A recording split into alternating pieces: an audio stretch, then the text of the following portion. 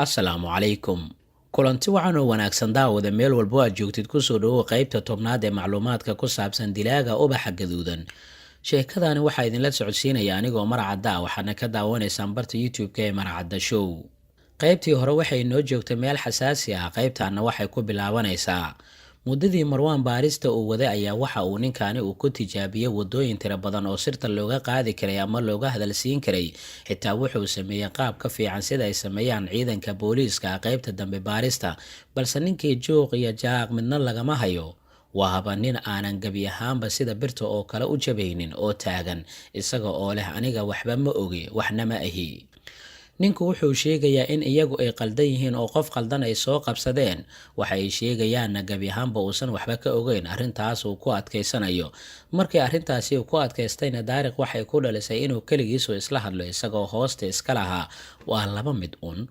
Tan koowaada waxay tahay in ninkani uu yahay kaartiista weynaaday sida beenta loo jilana yaqaana, sidoo kalena xirfad sare u leh qaabka loo qariyo shucuurta qofka dareemaya, maadaama ninkani aysan marnaba ka muuqanin hadalladiisa ama hadalkiisa uu tilmaamayo inuu baynaalo uu gebi ahaanba yahay ninkan. Tan labaadna waxay tahay ninkani sida uu sheegayaba inuu berri uu yahay oo wax dembi uusan lahayn oo ay qalad ay kusoo qabsadeen xubnahan.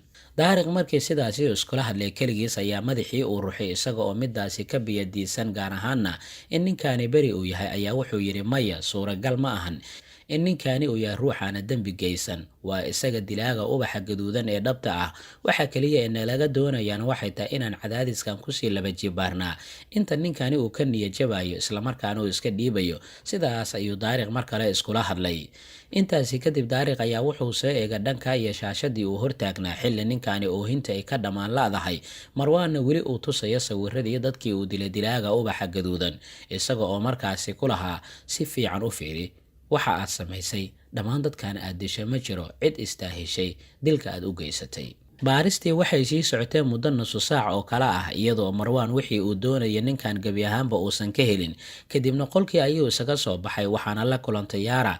Iyada iyo Marwaanna waxa ay in cabaara ay ka wada hadlayeen arrintaas. Kadibna Yaara ayaa waxay u soo gashay qolkii uu ku sugnaa Daariq oo uu ku jiro, waxaana ay ku tiri Marwaan wuxuu leeyahay ninkan wada kasta oo jawaab aan ugu heli karay waan u maray, wax kastaana waan ku sameeyey, balse wax natiijo ah kama soo bixin. Haataana hal wado oo keliya ayaa inoo dhiman, taasi oo aan kaga hadalsii karna ninkan, kagana heli karna wax walba si fududna dembigiisa u qiran karo. Daariq ayaa markaasi Yaara weydiiyey waxay tahay halka wada ee u dhiman. Markaas ayaa Yaara waxay ku jawaabtay waa inaan jir dilnaa oo aan silcinnaa si aan uga helno wax aan ka doonayno. Iyadoo hadalkeedii aanan dhammaysan ayaa waxaa ku gala jiray hadalkii Daariq, waxaana uu yidhi maya 1,000 sano hadda kadibna midaasi ma dhici doonto ee u sheeg qofkii fikraddaani waalan ku soo siiyey inaan annaga marnaba dadkaana aanan cadaabin. Hadalkaana ku noqosho ma lahan, mar kalena ayaan lagu soo hadal qaadin. Yaara ayaa intaasi kadib hadalkii ku soo laabatay oo waxay tiri waan filayay jawaab caynkan oo kale inaad dhiibi doontid, sidaas awgeed Marwaan ayaan ka dalbanayaa xogaa yar inuu nasto, kadibna baarista mar kale uu dib ugu laabto. Daariq ayaa markaasi kadib waxa uu yidhi isku day kale muxuu soo kordhin karaa? Kii hore ayaa lagu noogay, mid cusub ayaa natiijo keenaya, aniga ilama ahan. Yaara ayaa kadib waxay tiri waa sax hadalkaaga, balse sida muuqata xal kale nama horyaala annaga.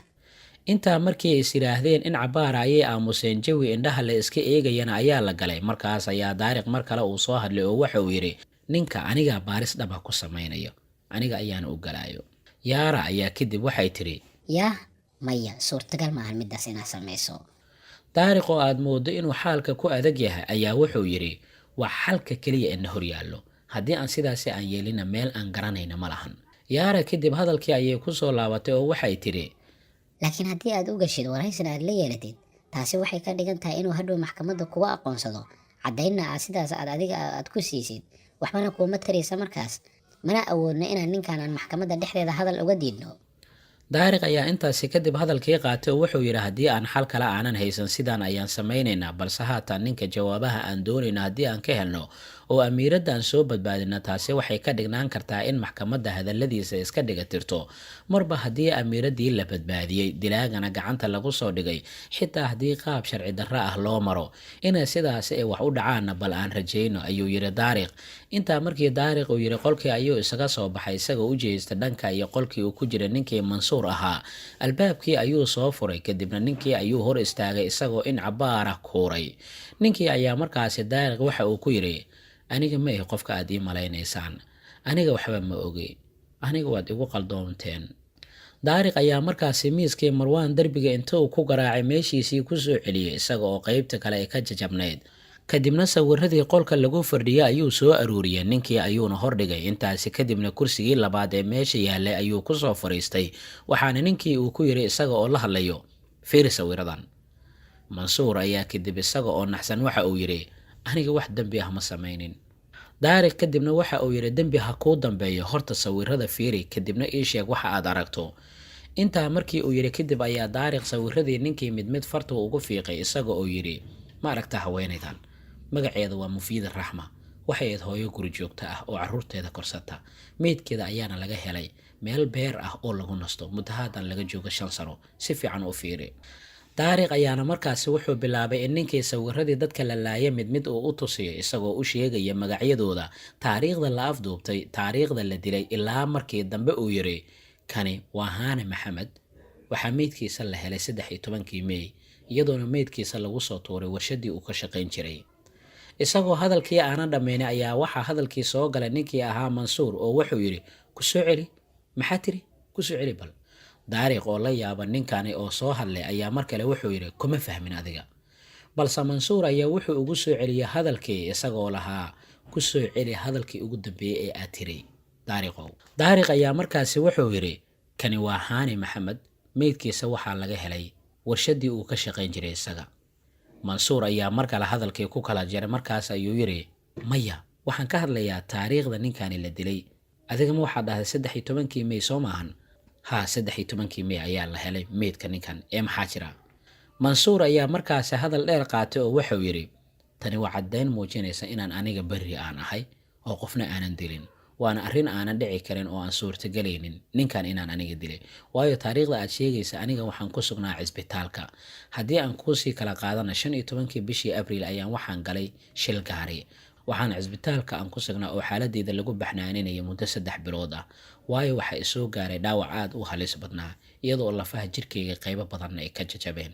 taariikhda aad sheegtayna aniga oo sidaasi u jajaban in aan dhaqdhaqaaq sameeyo waa arrin aanan dhici karin. aniga hore ayaan kugu sheegay qof qaldan baad soo qabateen, waxaad aniga igu haysataanna wax aan aniga sameeya ma ahan. ninkii markii intaasi uu yidhi ayaa daariq in cabaara uu aamusay isagoo aad moodo in ninkii indhihiisa been uu ka raadinayo, balse ninkii oo arrintaasi dareensan ayaa mar kala hadlay oo wuxuu yidhi haddii hadalkii aan ku dhahay aniga aad been moodayso, haddaba waad soo booqan kartaa isbitaalkii aan ku jiray, diiwaankaygana waad ka raadin kartaa, waxaadna ogaan doontaa inaan anigaan ahay ruux berri ah. intaasi kadib daariq ayaa qolkii si degdeg ah uga soo baxay waxaana u jihaystay dhanka iyo qolkii yaara ay ku jirtay si uu bal ugu yaraan uu kala hadlo arrinta ninkani uu leeyahay sida ay macquul ku noqon karto. yaara ayaa waxa dhacaya shaashada ka daawanaysa, sidaasi awgeedna markii daariq uu u soo galay waxay ku tiri maxaa tala ah? daariq wuxuu ugu jawaabay ma garanayo waxaan sameeyo, balse dareenkayga iyo khibradeyda waxay ii sheegaysaa in ninkan uu run sheegayo. yaara ayaa markaasi hadalkii qaadatay oo waxay tiri sidee ku dhici kartaa midaasi? suurtagal ma ahan in ninkani uu yahay berri, waayo waa isaga qofkii ugu dambeeyay ee naagta ama haweeneyda ay aragtay ka hor intaysan geeriyoonin.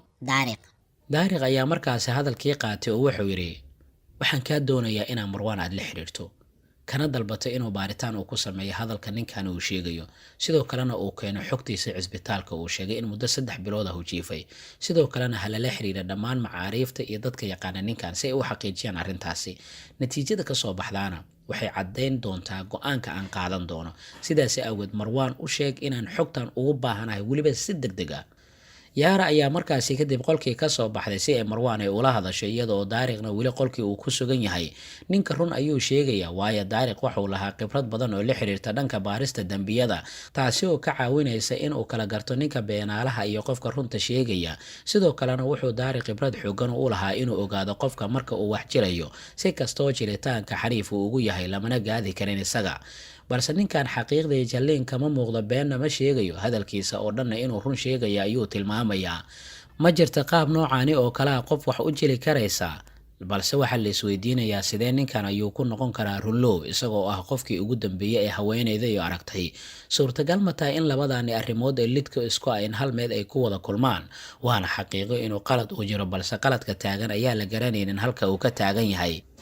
muddo 2 saacadood markii kasoo wareegatay waxaa daariq usoo gashay yaara oo gacanta ku sidata warqado iyada oo leh sheekada ninkani uu sheegay waa xaqiiqo sax ah, waayo marwaan wuxuu baaris ku sameeyey diiwaanka cisbitaalka iyo qaar ka mid a macaariifta ninkan. sidoo kalena wargeyska qaranka ayaaba dhacdada ninkani wax ka qoray maalintii shilka uu galayay. sidaas awgeed wax tashwiisha ama shaki ah kuma jiraan in sheekada ninkani xaqiiqo ay tahay, mana noqon karto wax lasoo dhoodhoobay.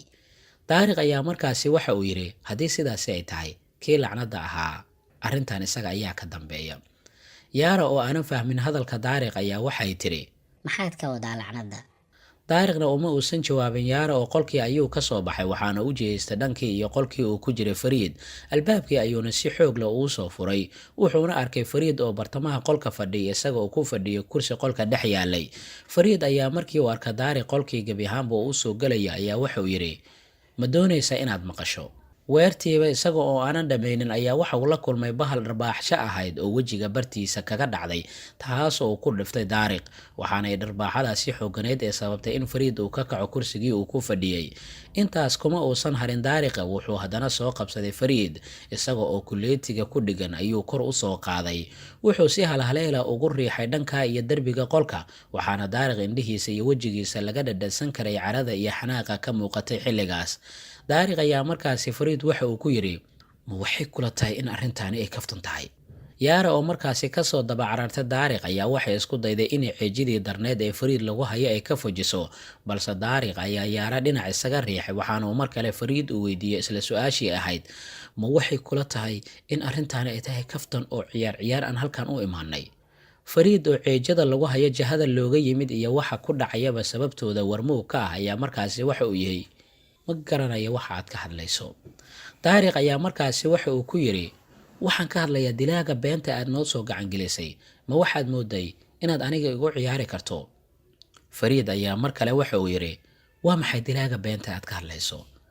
yaara ayaa markaasi daariq gacmihiisii ku dhegtay kana fujisay fariid iyada oo leh isdeji daariq, sidaan xal ma ahan, si degan aan u wada hadalno. daariq oo weli caradii ay ka muuqata ayaa markaasi mar kale waxa uu yaaro uu ku yidhi maxay tahay deganaanta aad ka hadlayso? ninkan annaga ayuu na khiyaanayaa. haddii baaristaani aan samayn lahaynna nin maskiin oo berri ah ayaan dembi dusha aan ka saari lahayn. khiyaano la waaxid. fariid ayaa markaasi waxa uu yidhi aniga waxba ma aanan samaynin, shaqadeedina sidii la rabay ayaan u qabtay. waxaana kuu soo sawiray qofkii ugu dambeeyey ee haweeneyda ay aragto ka hor intaysan geeriyoon.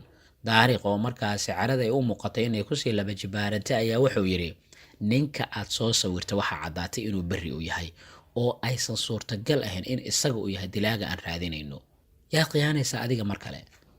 halkaa ha inoo joogto qaybta xigtaa ee sheekada ku saabsan dilaaga ubaxa gaduudan. qaybta xigta intaan ku kulmi doono waxaa idinkaga tegayaa sidaa iyo nabadgelyo.